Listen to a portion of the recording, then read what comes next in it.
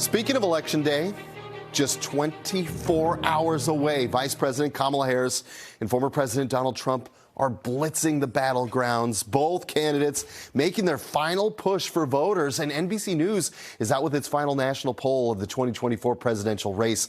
Yeah, it doesn't get much closer than this, right? 49% of registered voters say they support Vice President Harris, while another 49% are backing former President Trump. The margin of error, 3.1%.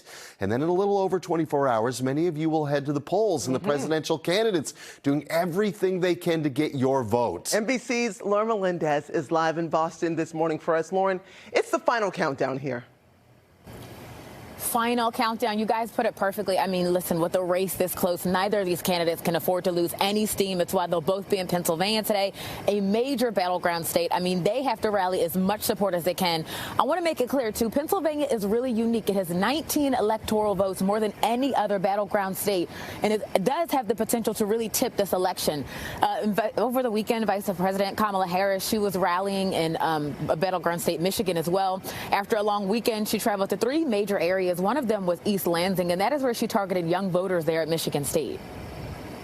You all are rightly impatient for change. You all have only known the climate crisis and are leading them the charge to protect our planet and our future.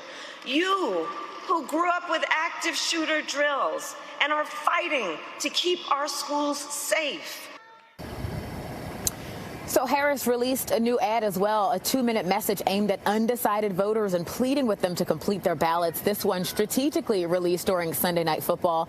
Meanwhile, former President Donald Trump, he jet set to 3 states, North Carolina, Michigan, and Pennsylvania.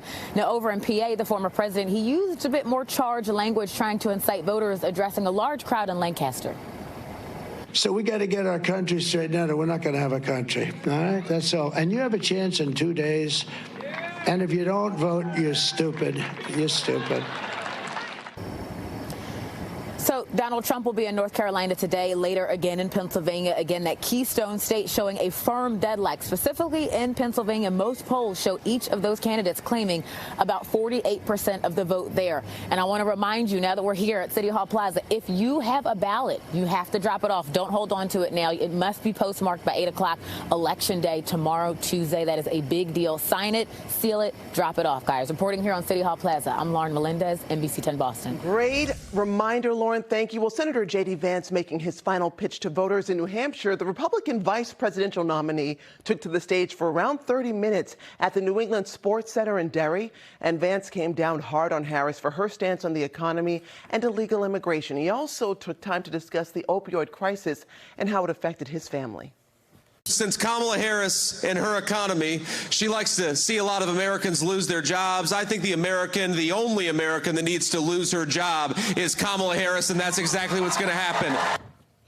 The state has been reliably blue, but he told the crowd he thinks Republicans have a chance to win the state.